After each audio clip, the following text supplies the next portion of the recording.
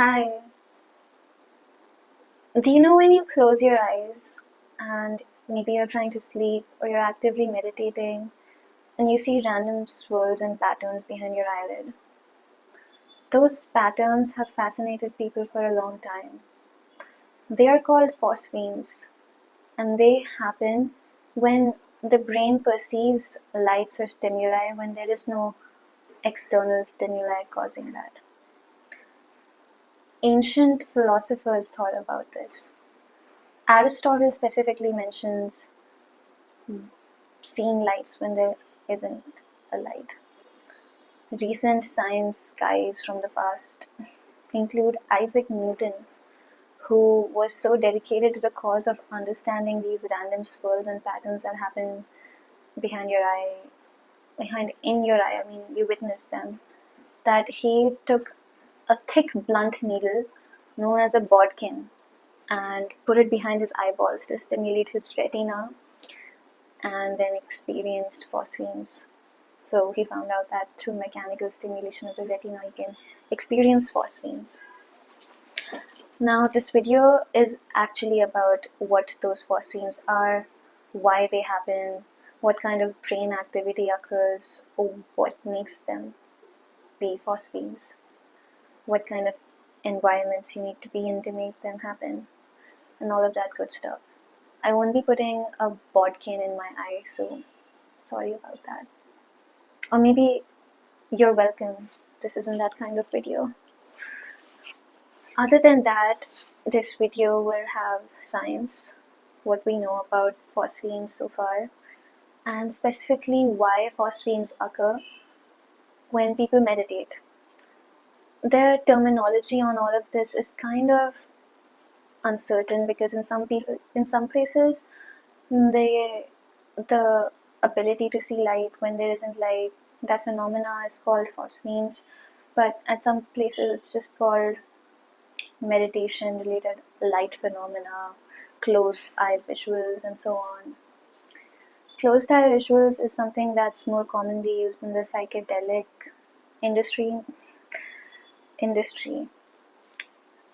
I won't be discussing why people see visuals while they're on psychedelic trips, but just know that the chemical makeup and the brain activity that happens when people see visuals while they're on psychedelic trips is different from when people see swirling patterns and lattices and dots and flickers of light when they meditate or try to fall asleep. So that's the intro. Now let's get started. To understand phosphenes, which are visual stimuli that the brain perceives when there isn't actually visual stimuli, we'll first have to understand a bit about the brain and also the eye. Do you know eye is considered a part of the brain? The optic nerve, the brain, it's all connected. Anyway, so the main way we're able to see things is because of the retina. The retina is a light sensitive layer that's behind our eyeballs. And the retina has photoreceptor cells called cones and rods. You might remember this from 8th grade biology. Maybe. First, we'll have to understand a little bit about the retina and the brain. I swear it's all gonna make sense at the end. Let's begin with the retina. The retina is like a curtain. It's like it is a light sensitive layer at the back of the eye, and it has photoreceptor cells called rods and cones that let us experience colors and lights and all of that cool stuff. Just so you know, peacocks have a lot more rods and cones than us, so they can experience colors that humans can't. Sad. So they can experience colors that humans can't. So when we see phosphenes, one of the reasons for that is spontaneous activity in the retina. So whenever there's random electrical activity that happens in the brain, it might also happen in the retina, and when that does, we see photoreceptor cells pick up that activity and report it back to the brain, and then we see phosphenes and the random swirls and patterns and dots. You can also experience phosphenes when you put pressure on the eyes. So applying pressure like this on your eyeball can make you see phosphenes. Also, when there's this general facial tension and the facial muscles are putting pressure, that pressure is enough to sometimes rub the retina and put pressure on the retina and make you experience phosphenes. So perhaps when you're meditating and you're making an effort to keep your eyes closed, the very pressure from trying to keep your eyes closed can cause these swirling patterns and dots or lattice patterns and all of that weird stuff. That weird experiment earlier that Isaac Newton did with like putting a needle behind his eyeball, that also was basically the mechanical stimulation of the retina that generated phosphenes. Nowadays, because we know that mechanical stimulation of the retina can generate phosphenes, that is used to create visual prosthetics for the blind. Very good stuff. So that's about the eye. But we don't just see things because of the eye. The information from the eye is taken in and then reported back to the brain using our optic nerve. And that optic nerve sends it to the visual cortex. It sends it to the brain and eventually it reaches the visual cortex. There's always electrical activity happening in the brain. And visual cortex is the area that's used for perception and being able to see things and all that. And when there's random electrical signals running through the brain and they run through the visual cortex, that can cause phosphenes. And the ability to electrically stimulate the retina or the visual cortex is actually used to create visual prosthetics for the blind. How nice. When you are relaxed or focused on something, that can also make the visual cortex pick up on more electrical signals, and that can cause you to see things even when there's no external visual input. Then there's the thing about neural noise. Neural noise simply refers to the baseline level of electrical activity that's always going on in the brain. This can sometimes be seen as visual patterns, especially when you're in a dark environment or you have your eyes closed and there's no other competing visual input. As you relax and focus inwards, your mind becomes more attuned to visual noise generated by its own system. Another state where people experience imagery other than dreams, when there is no actual imagery there, is during hypnagogic states. Hypnagogic states are when people transition from wakefulness to sleep.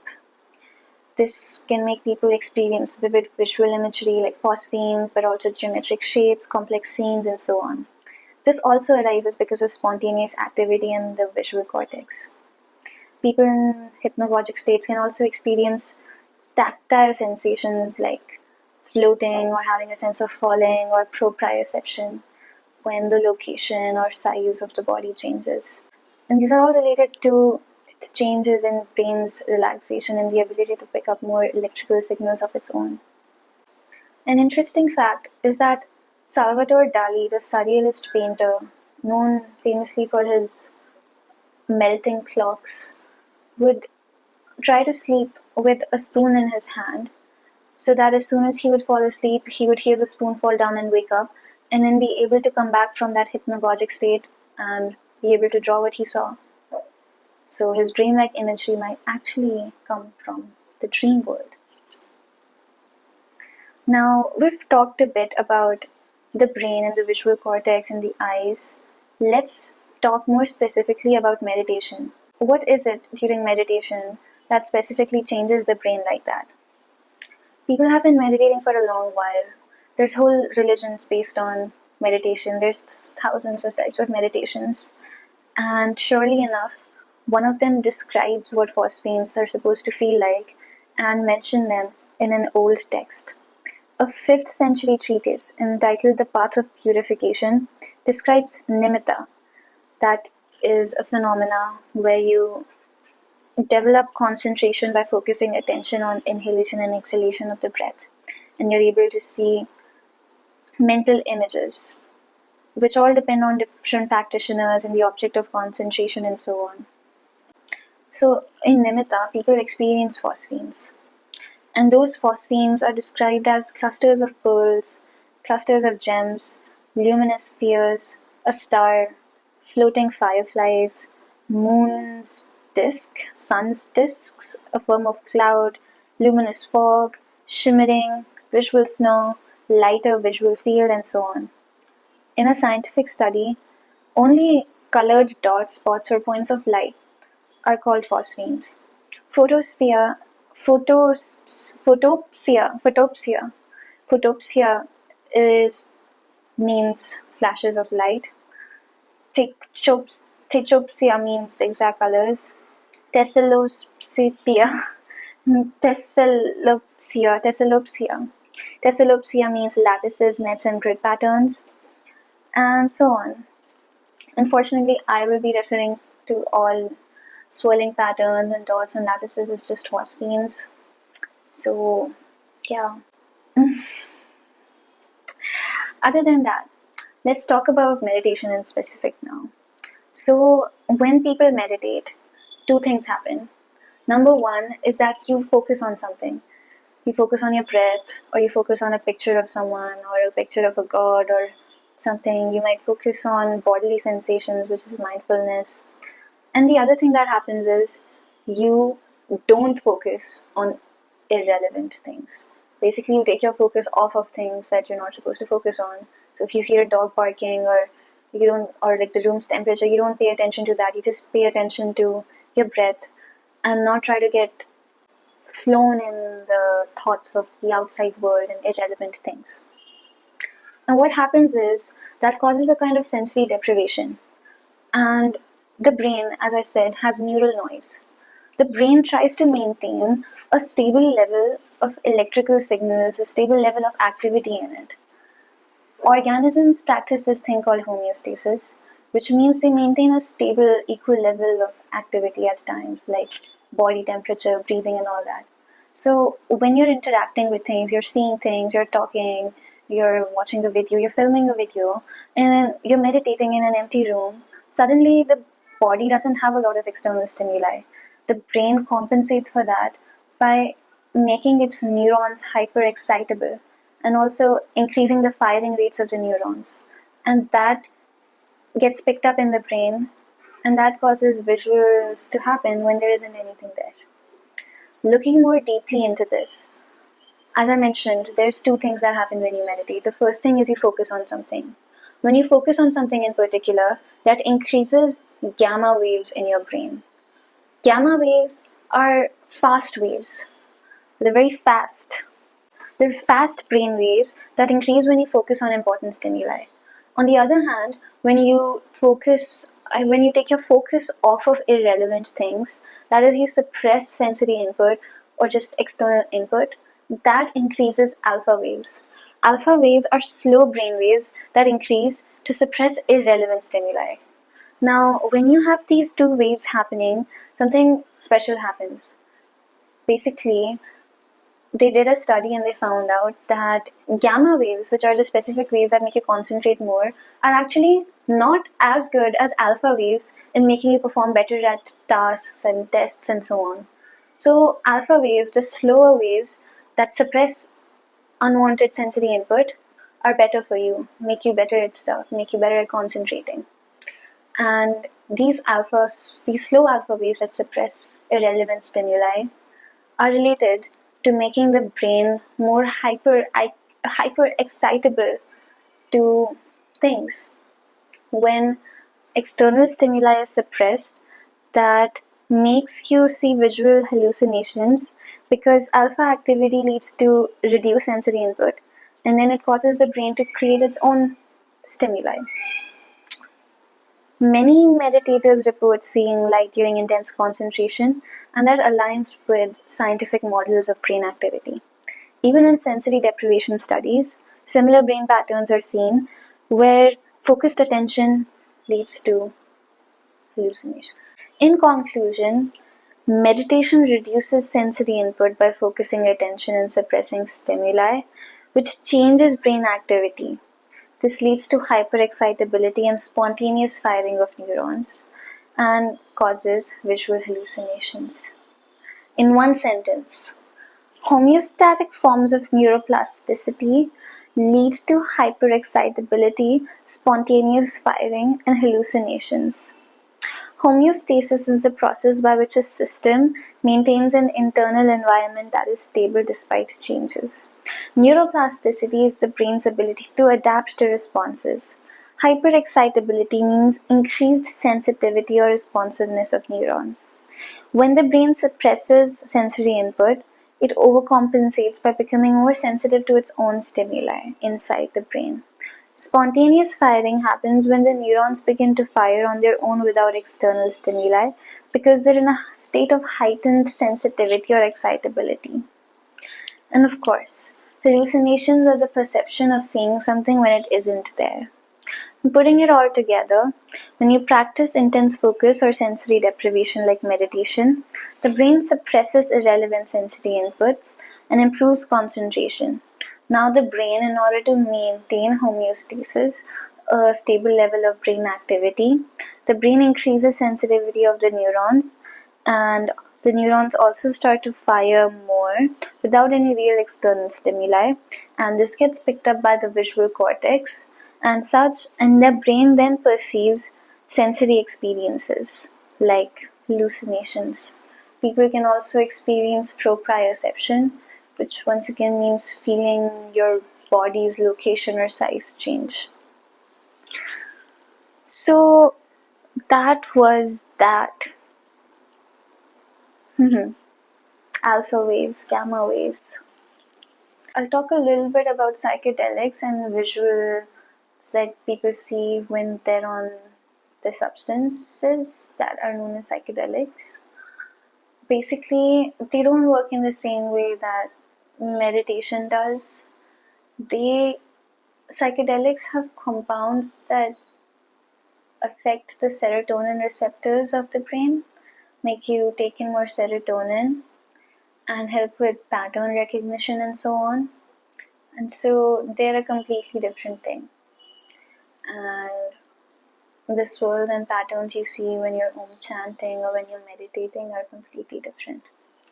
Another thing is that in spiritual circles, when people see phosphenes and colors and lights, an advice given to them is to not get focused on the lights or pay attention to them and to just continue meditating. Which is interesting because that means that the basic advice is that now the brain is starting to give you stimuli to hold on to, and don't try to get flown into that stimuli and try to remain concentrated and focus on your breath or whatever your meditation object is. So yeah, that's my whole video on phosphenes and why they happen and how they happen, and alpha waves and gamma waves.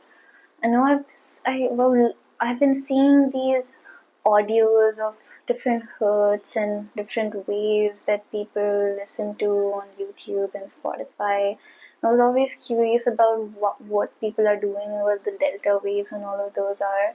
So learning a little bit about alpha waves and gamma waves and how they affect concentration and brain activity definitely helped me. And knowing there's electricity running in my head is also pretty cool. And that I can experience things like phosphine if I just try meditating. Anyway, if you liked this video, then you can also check out a video I did on why people wear bindis. It also has a little bit of spiritual elements and things like that. It's not very scientific, but yeah. If you like this video, also just let me know in the comments down below, so I might make more videos like this. And yeah, just let me know how you're doing if you're watching me. Yeah. Okay. Goodbye then. I'm sorry if I talked too fast in this video. I just wanted to get it all out. Also, if this was too complex and hard to understand, let me know. Retina, optic nerve, photoreceptor cells, the brain's visual cortex. Also, have you ever thought about how the brain is the eye? The eye is the brain.